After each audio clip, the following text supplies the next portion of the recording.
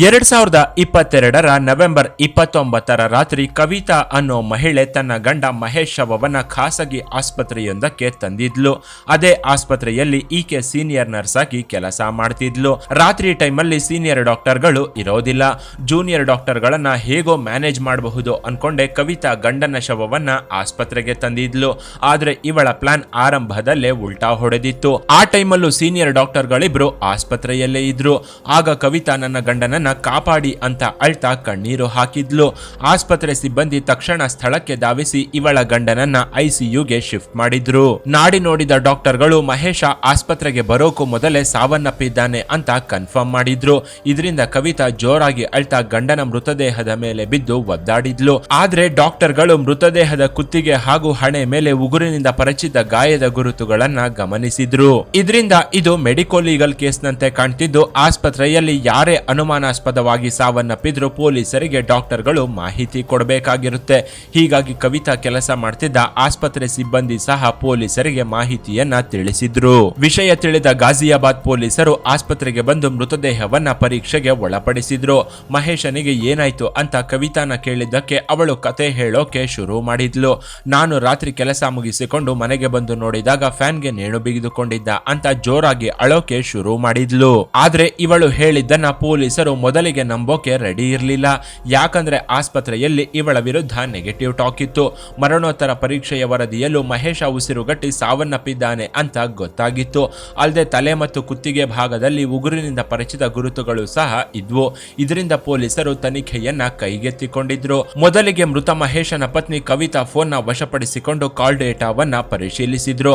ಆಗ್ಲೇ ಕವಿತಾ ನಡೆಸ್ತಿದ್ದ ಕಾಮದಾಟ ಜಗಜ್ಜಾಹೀರಾಗಿತ್ತು. ನವೆಂಬರ್ 29ರಂದು ಕವಿತಾ ತನ್ನ ಪ್ರಿಯಕರನಿಗೆ ವಾಟ್ಸ್ಆಪ್ ನಲ್ಲಿ ತುಂಬಾ ಹೊತ್ತು ಮೆಸೇಜ್ ಗಳನ್ನ ಮಾಡಿದ್ಲು. ಅದೇ ದಿನ ರಾತ್ರಿ ಕೊಲೆಯ ನಂತರ ಎಲ್ಲಾ ಮೆಸೇಜ್ ಗಳನ್ನ ಡಿಲೀಟ್ ಮಾಡಿದ್ಲು. ಜೊತೆಗೆ ಫೋನ್ ಕಾಲ್ ಡೀಟೇಲ್ಸ್ ನ ಸಹ ಡಿಲೀಟ್ ಮಾಡಿ ಫೋನ್ ನ ರೀಸೆಟ್ ಮಾಡಿದ್ಲು. ಆದ್ರೆ ಪೊಲೀಸರು ಕಾಲ್ ಡೇಟಾನ ರಿಕವರಿ ಮಾಡಿದ್ರು. ಇದರಿಂದ ಇವಳ ಗಂಡನನ್ನ ಕೊಂದ ಹಂತಕರು ಕವಿತಾ ಮತ್ತೆ ಇವಳ ಲವರ್ ವಿನಯ್ ಅನ್ನೋದು ಪೊಲೀಸರಿಗೆ ಗೊತ್ತಾಗಿತ್ತು. ಕವಿತಾ ಹಾಗೂ ಮಹೇಶ್ ದಂಪತಿಗೆ 8 ವರ್ಷದ ಮಗ, 13 ವರ್ಷದ ಮಗಳಿದ್ಲು. ಇದರಿಂದ ಮಹೇಶನ ಕೇಸ್ನ ಕೈಗೆತ್ತಿಕೊಂಡಿದ್ದ ತನಿಖಾಧಿಕಾರಿ ಮೃದುವಾಗಿ ನಿಮ್ಮಪ್ಪನಿಗೆ ಏನಾಯ್ತು ಅಂತ ಮಕ್ಕಳನ್ನ ಕೇಳಿದ್ರು.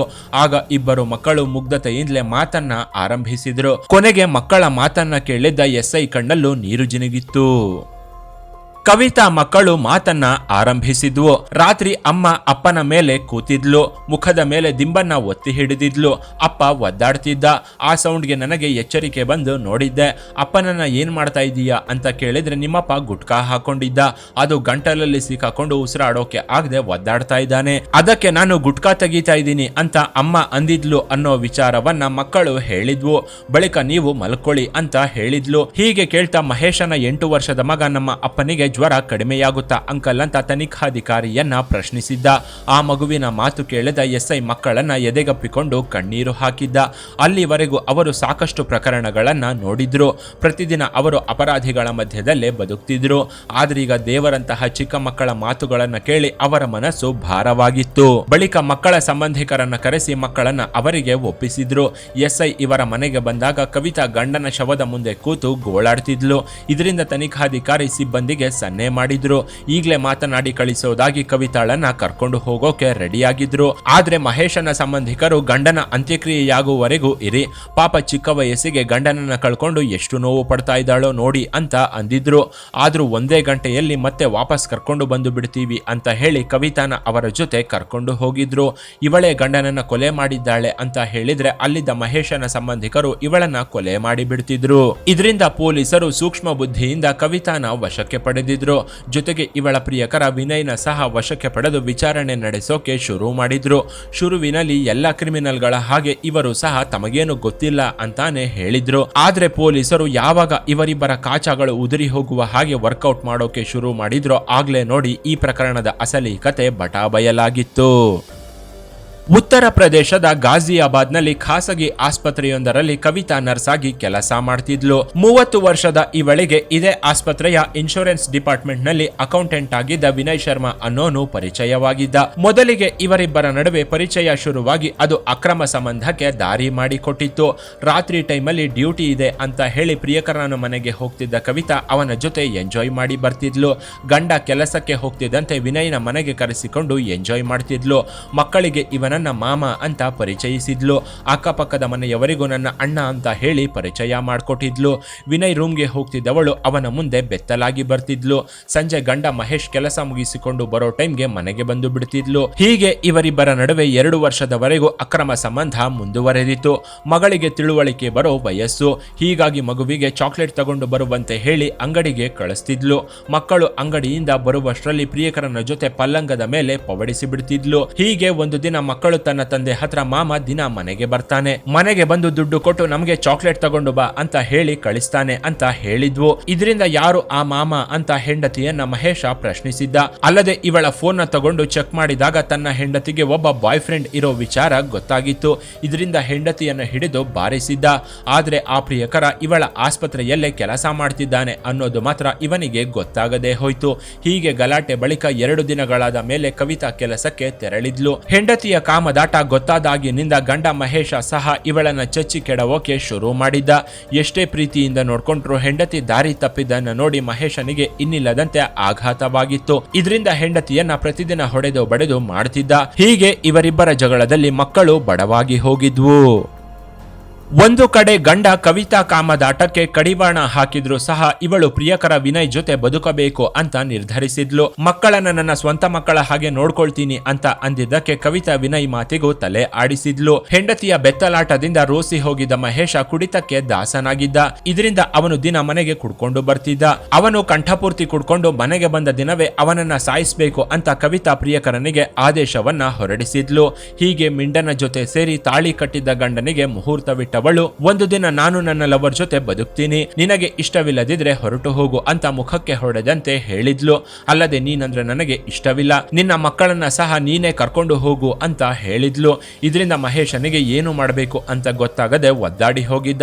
ನನಗೆ ಏನಾದ್ರೂ ಪರವಾಗಿಲ್ಲ, ಮಕ್ಕಳಿಗೆ ಏನಾದ್ರೂ ಹೆಚ್ಚು ಕಡಿಮೆಯಾದ್ರೆ ಸುಮ್ಮನಿರಲ್ಲ ಅಂತ ಹೆಂಡತಿಗೆ ವಾರ್ನಿಂಗ್ ಕೊಟ್ಟಿದ್ದ. ನಂತರ ಕವಿತಾ ಫೋನ್ ನಲ್ಲಿ ಕಾಲ್ ರೆಕಾರ್ಡರ್ ನ ಇನ್ಸ್ಟಾಲ್ ಮಾಡಿ ಅವಳು ಯಾರ ಜೊತೆ ಮಾತನಾಡ್ತಾ ಇದ್ದಾಳೆ ಅನ್ನೋದನ್ನ ಕಂಡು ಹಿಡಿದಿದ್ದ.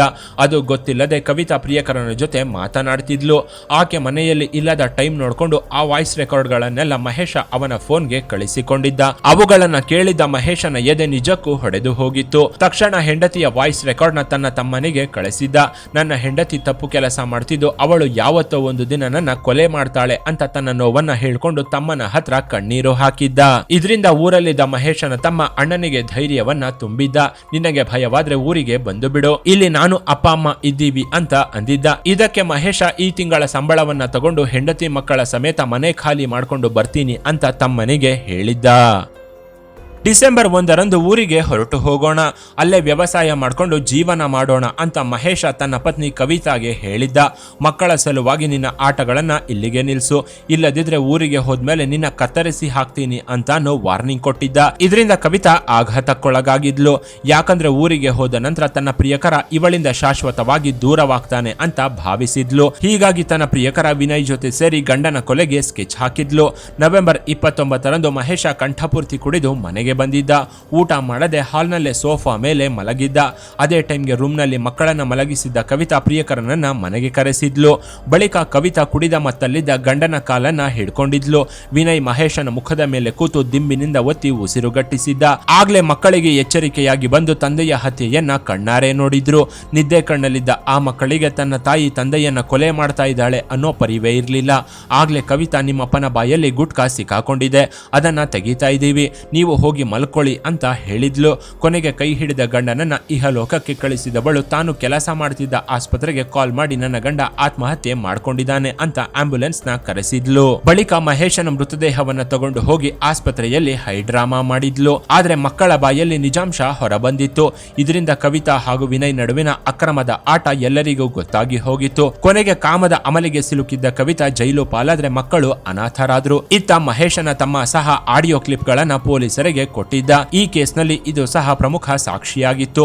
2 ದಿನ ನಮ್ಮಣ್ಣ ಬದುಕಿದ್ದಿದ್ರೆ ಈಗ ಆರಾಮಾಗಿ ಊರಲ್ಲಿರ್ತಿದ್ದ ಅಂತ ಅವನು ಸಹ ಪೊಲೀಸರ ಮುಂದೆ ಕಣ್ಣೀರು ಹಾಕಿದ್ದ. ಇನ್ನು ಈ ಸ್ಟೋರಿ ಬಗ್ಗೆ ನಿಮ್ಮ ಅಭಿಪ್ರಾಯವನ್ನ ಕಾಮೆಂಟ್ ಮಾಡಿ. ಕೆಳಗಿನ ಡಿಸ್ಕ್ರಿಪ್ಷನ್ ಬಾಕ್ಸ್ ನಲ್ಲಿ ವಾಟ್ಸ್ಆಪ್ ಚಾನೆಲ್ ನ ಲಿಂಕ್ ಕೊಡಲಾಗಿದ್ದು ಅದನ್ನ ಸಹ ಫಾಲೋ ಮಾಡಿ. ಇನ್ನಷ್ಟು ಇಂಟ್ರೆಸ್ಟಿಂಗ್ ವಿಡಿಯೋಗಳಿಗಾಗಿ ಚಾನೆಲ್ ನ ವಿಸಿಟ್ ಮಾಡಿ.